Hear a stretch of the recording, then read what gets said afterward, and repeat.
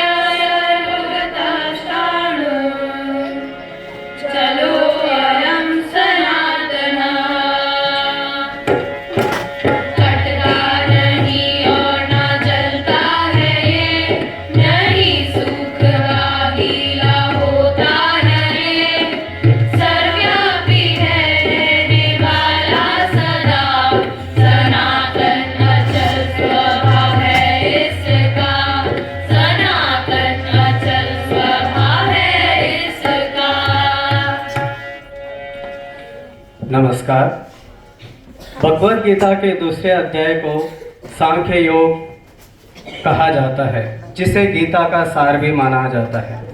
जब कुरुक्षेत्र के मैदान में अर्जुन मोहग्रस्त होकर अपने कर्तव्य पथ से पीछे हट रहे थे, तब भगवान श्री कृष्ण आत्मा का उपदेश देते हुए उन्हें अपने कर्तव्य पथ पर डटे रहने का उपदेश देते हैं। आज के दौर में एक विद्यार्थी का जीवन भी किसी कुरुक्षेत्र से कम नहीं है। यहाँ हर दिन परीक्षाओं की चुनौती, करियर की चिंता और खुद को साबित करने का दबाव है। ऐसे में ये 5 श्लोक 20 से 24 हमें केवल आत्मा के बारे में नहीं बताते, बल्कि हमें यह सिखाते हैं कि एक विद्यार्थी को अपनी आंतरिक शक्ति पर कैसे भरोसा करना चाहिए। ये श्लोक हमें सिखाते हैं कि बाहरी असफलताएं हमें खत्म नहीं कर सकती, बशर्ते हम अपने आप को पहचान लें। आइए भगवान कृष्ण के इन दिव्य वचनों को आज के विद्यार्थी जीवन के नजरिए से समझने का प्रयास करते हैं। 20वां श्लोक, विद्यार्थी जीवन की व्याख्या। एक विद्यार्थी के तौर पर आपकी सीखने की शक्ति और बुद्धि कभी खत्म नहीं होती। यदि आप एक परीक्षा में असफल होते हैं तो इसका मतलब यह नहीं कि आपकी योग्यता समाप्त हो गई है। आपकी क्षमता असीम है, बस उसे जगाए रखने की जरूरत है। 21वां श्लोक, विद्यार्थी जीवन की व्याख्या। यह श्लोक हमें डर से मुक्ति दिलाता है। जब आपको पता है कि ज्ञान और अनुभव कभी बेकार नहीं जाते, तो परीक्षा का डर कैसा। जब आप परिणाम के डर को मार देते हैं, तभी आप पूरी एकाग्रता से पढ़ाई कर पाते हैं।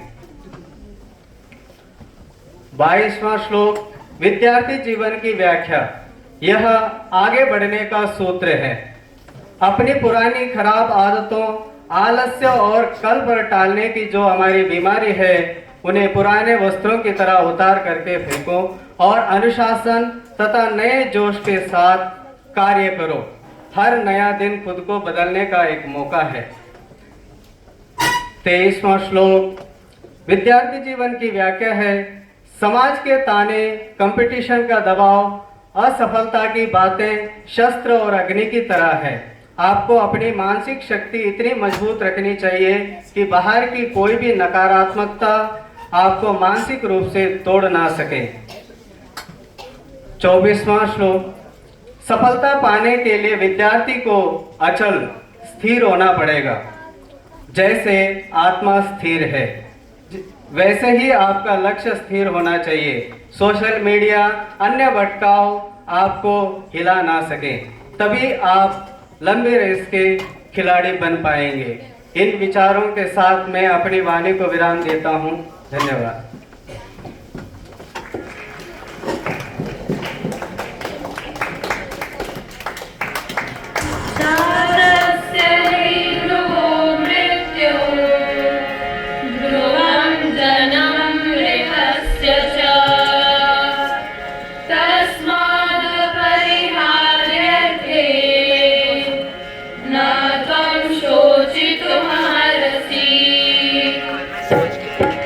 मरे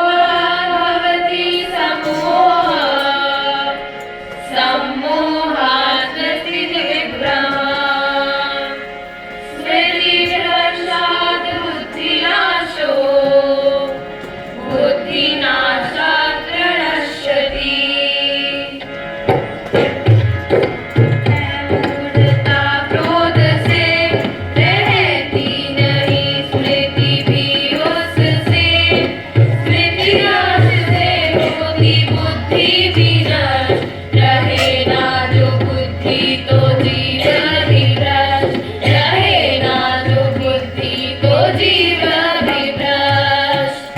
नमो नमः। गीता का द्वितीय अध्याय सांख्य योग के साथ साथ कर्म योग के सिद्धांत का भी उल्लेख करता है। कर्म योग जगत के प्रत्येक प्राणी को कर्म करने के लिए ही प्रेरित करता है। विशेष रूप से विद्यार्थियों को किसी भी परिस्थिति में अपना कर्म नहीं छोड़ना चाहिए, तभी वह अपने लक्ष्य को प्राप्त कर सकते हैं। प्रिय बच्चों, मत हो हताश किसी के जाने पर या खो जाने पर। परिवर्तन सृष्टि का नियम है। परिवर्तन सृष्टि का नियम है जो ना कभी रुका है और ना कभी रुकेगा। कर परिवर्तन को सहर्ष स्वीकार, तभी बनेगा कर्तव्य पथ पर तू महान। भय के आगे ना रुकना, भय के आगे ना रुकना, ना झुकना, सत्य का आंचल सदा थामना। कर्म भूमि के क्षेत्र में बनते हैं सभी काम। हार हो अपने जीवन में सीख बनाना, हार को अपने जीवन में सदा सीख बनाना। जीत मिले तो मान बनाना। यदि कर्तव्य पथ से मुख मोड़ोगे तो खो दोगे जग में अपनी पहचान। क्रोध जब हृदय में पलता है, क्रोध जब हृदय में पलता है, सोच का दीप बुझ जाता है। सर्वत्र भ्रम का घोर अंधियारा छा जाता है। सही गलत का भेद मिट जाता है। बुद्धि भ्रमित हो जाती है और बुद्धि नष्ट हो जाने से मानव नष्ट हो जाता है। जब कभी भी बच्चों मित्रता में राग द्वेष दिल में आ जाए, मन कोई निर्णय ना ले पाए, क्रोध की अग्नि मन को जलाए, शांत करो तब मन को गीता का अलौकिक ज्ञान राह दिखाए। मोबाइल के मोह जाल में जब ये मासूम नादान मन उलझ जाए, तब गीता का यह सहज ज्ञान जीवन की सही राह बताए। बच्चों जीवन में अपने ध्यान, संयम और कर्मठता को अपनाओ। लक्ष्य पर अपने निरंतर बढ़ते जाओ। संपूर्ण विश्व में अपने ज्ञान का परचम लहराओ। आओ हम सब मिलकर इस पावन दिवस पर यह प्रण करें, गीता के इस पवित्र ज्ञान का अपने जीवन में इसको धारण करें।